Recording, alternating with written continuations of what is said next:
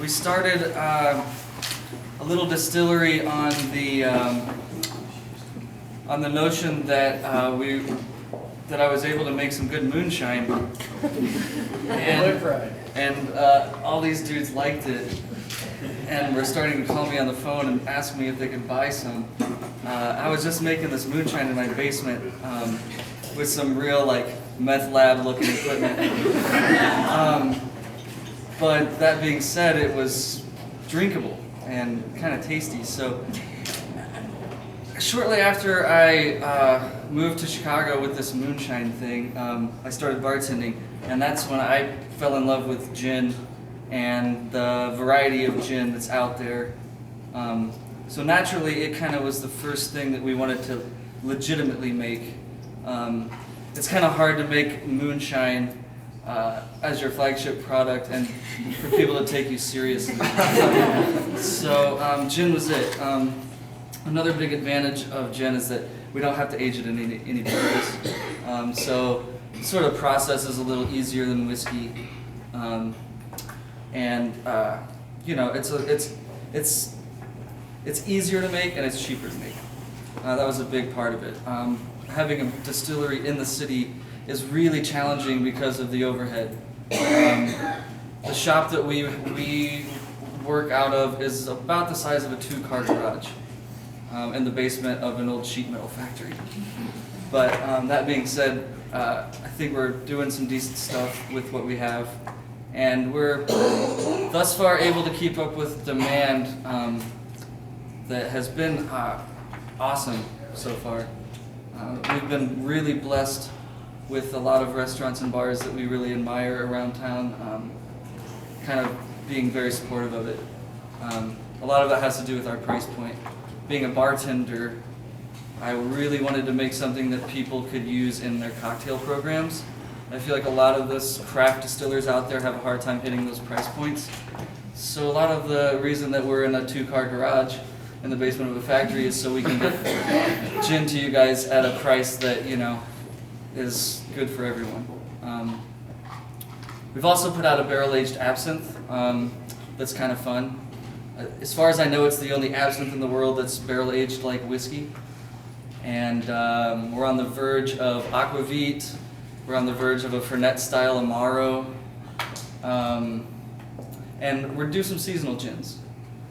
And then hopefully in the future, if we can get some land on a farm somewhere, maybe we'll do some whiskey. But yeah, if anybody has any other questions about gin or liquor or how it's made or what's in it, let me know. I'll be around. We'll be drinking.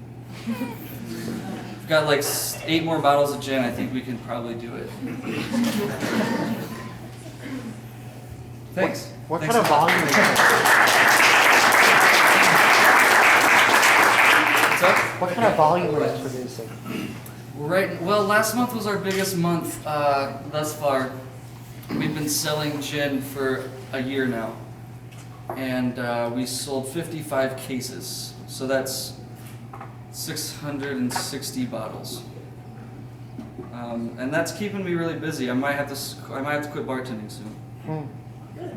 A quick question about, you sort of answered it with the moonshine turning into gin making, but every now and then I'll be roaming through the interwebs looking for gin recipes because I enjoy gin far too much, and there will be this like a DIY make your own gin, but it always starts out with vodka, which seems wrong to me on all of the levels because they're different. And it's like, well, you need to start with a neutral spirit. So what neutral spirit do you actually start with? We start with an industrially made grain alcohol that is the same thing that vodka is made out of.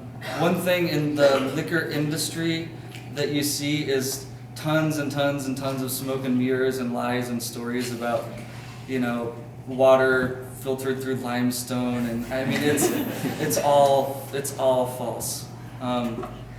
You know, most of the small batch whiskeys that are out there are being produced in a giant factory in southern Indiana.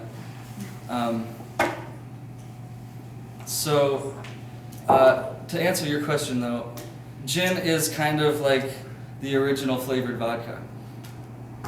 It's basically it does start as vodka, and you add the spices, and the quality of the gin is really in that recipe of the spices that you add to the neutral vodka, and then that gets distilled one more time.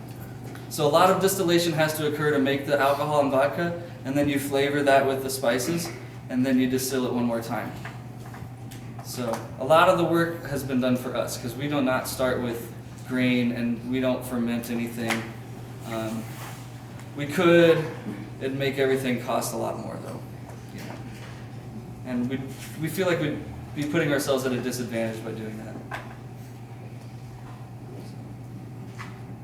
But yeah, I hope you guys like gin. It's delicious. Thank you. And if there aren't any other questions, I think Mr. Skittles might talk about some sausage. Yeah,